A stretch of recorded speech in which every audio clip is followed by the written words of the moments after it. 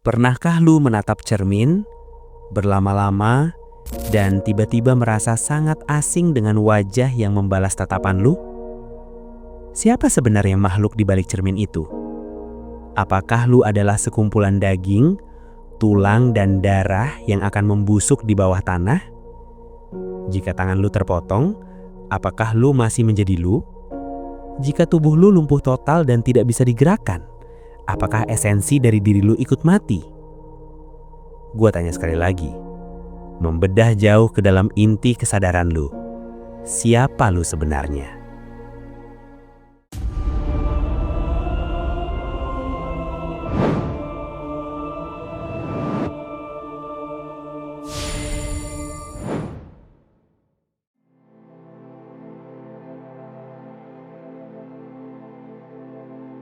Manusia modern hidup dalam ilusi yang menjijikkan.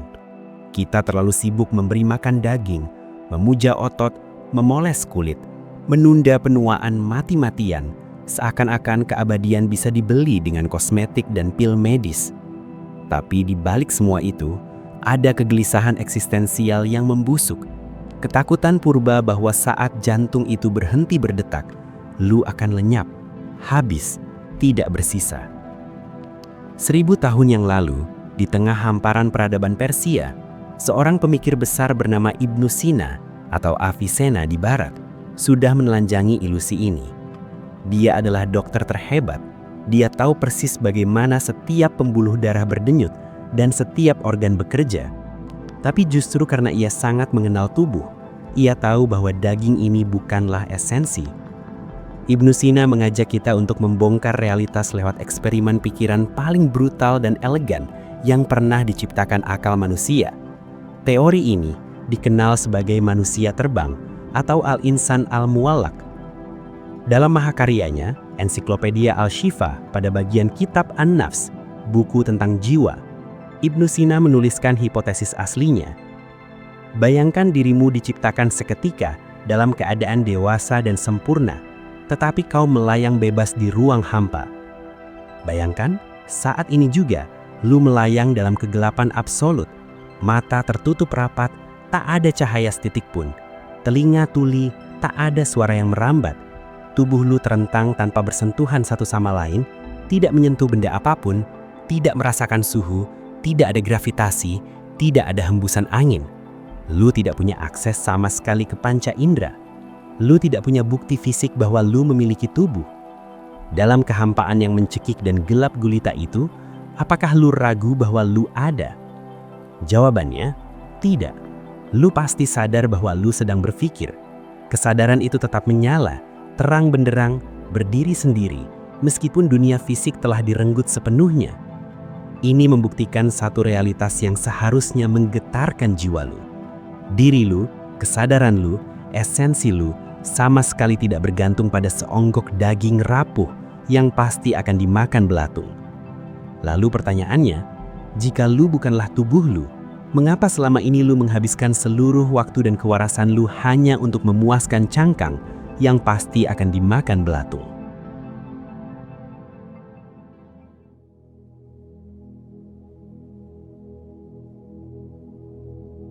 Kita hidup di era di mana kecemasan adalah wabah yang tak terlihat.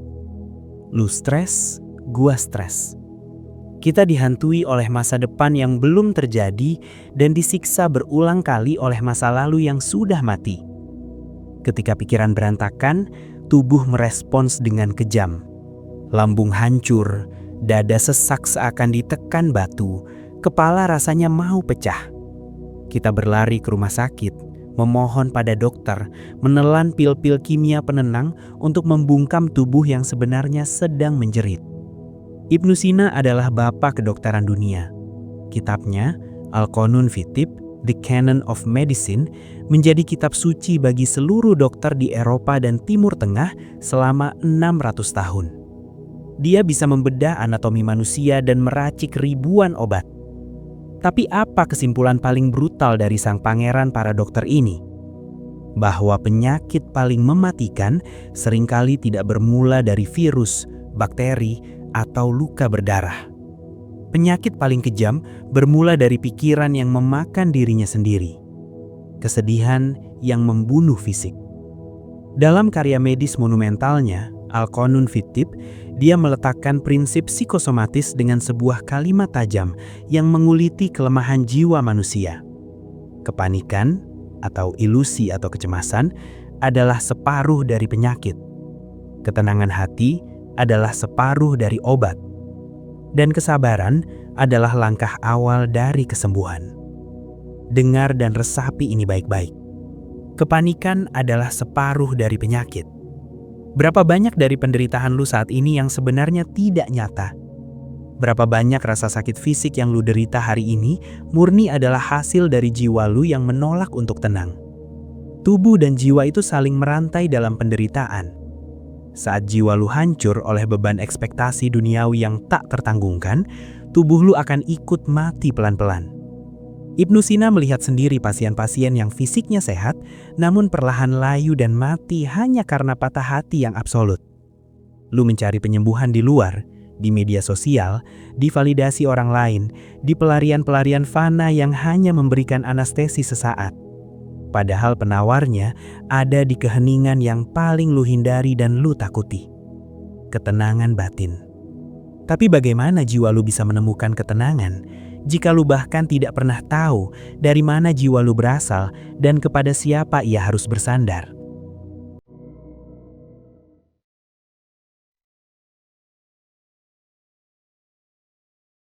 Mari kita melangkah lebih jauh.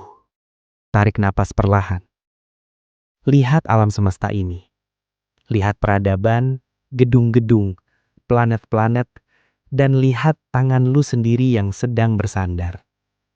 Pernahkah lu berpikir, mengapa semua ini ada? Mengapa tidak kosong saja? Dalam kesunyian malam paling sepi, pernahkah akal lu membentur dinding realitas? Kita ini sebenarnya tidak wajib ada. Jika jutaan rantai peristiwa di masa lalu meleset sedikit saja, lu tidak akan pernah lahir. Eksistensi gua dan lu sangatlah rapuh.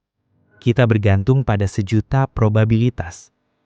Ibnu Sina menyebut kita semua, dari manusia hingga galaksi yang paling megah, sebagai mungkin al-wujud, eksistensi yang mungkin. Sesuatu yang bisa ada, tapi bisa dengan sangat mudah tidak pernah ada. Kita tidak memiliki kekuatan dari dalam diri kita sendiri untuk memulai keberadaan. Tapi akal yang sehat tidak bisa menerima kebetulan tanpa batas. Rantai sebab akibat yang rapuh ini tidak bisa mundur terus-menerus tanpa ujung ke jurang kehampaan. Jika semuanya hanya mungkin, jika semuanya hanya kebetulan, maka ketiadaan adalah realitas yang seharusnya menang. Alam semesta ini seharusnya tidak pernah dimulai. Harus ada fondasi, harus ada titik awal yang absolut, sesuatu yang tidak bergantung pada waktu, ruang, atau apapun. Sesuatu yang eksistensinya berasal dari esensinya sendiri. Sesuatu yang wajib ada agar kita yang rapuh ini bisa menumpang eksis.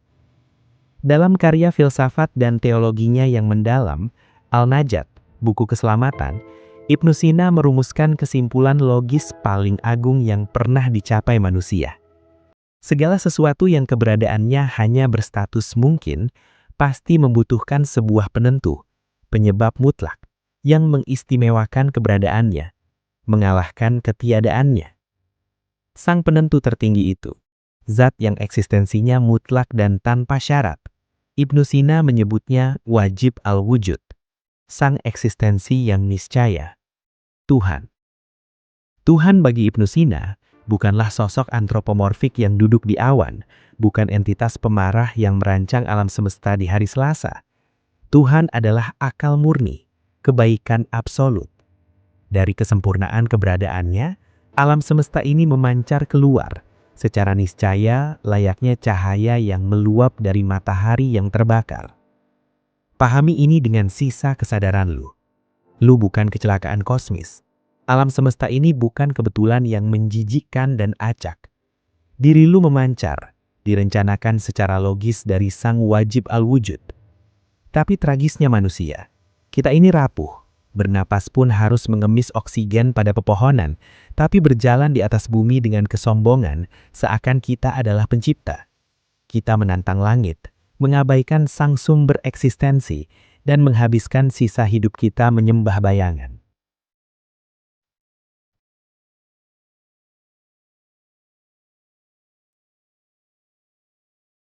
Di akhir kisahnya, sang jenius menunduk pada realitas fana. Ibnu Sina menaklukkan ilmu pengetahuan. Ia menulis ensiklopedia medis yang merubah peradaban. Ia membongkar misteri jiwa. Ia memetakan rahasia orbit bintang-bintang. Ia adalah manusia dengan akal paling terang di abad pertengahan. Namun, pada akhirnya, di usia 58 tahun, sang pangeran para dokter terbaring sakit akibat komplikasi fisik yang parah. Tubuhnya, cangkang yang begitu ia pahami anatominya dari ujung rambut hingga sel terkecil, mulai hancur dan menolak berfungsi. Murid-muridnya menangis, memohon agar ia meracik obat dan menyembuhkan dirinya sendiri. Ia tahu resepnya, ia tahu takaran medisnya. Tapi dengan ketenangan yang menyayat hati, ia menghentikan semua perawatannya dan berkata, "Sang pengatur yang mengatur tubuh ini telah menyerah. Karena itu, pengobatan tidak lagi berguna." Ia membebaskan para budaknya. Ia mencedekahkan seluruh hartanya kepada fakir miskin. Ia diam, membaca Al-Quran, membiarkan penyakit itu menelan tubuh fisiknya hari demi hari. Karena pada titik itu, ia sadar.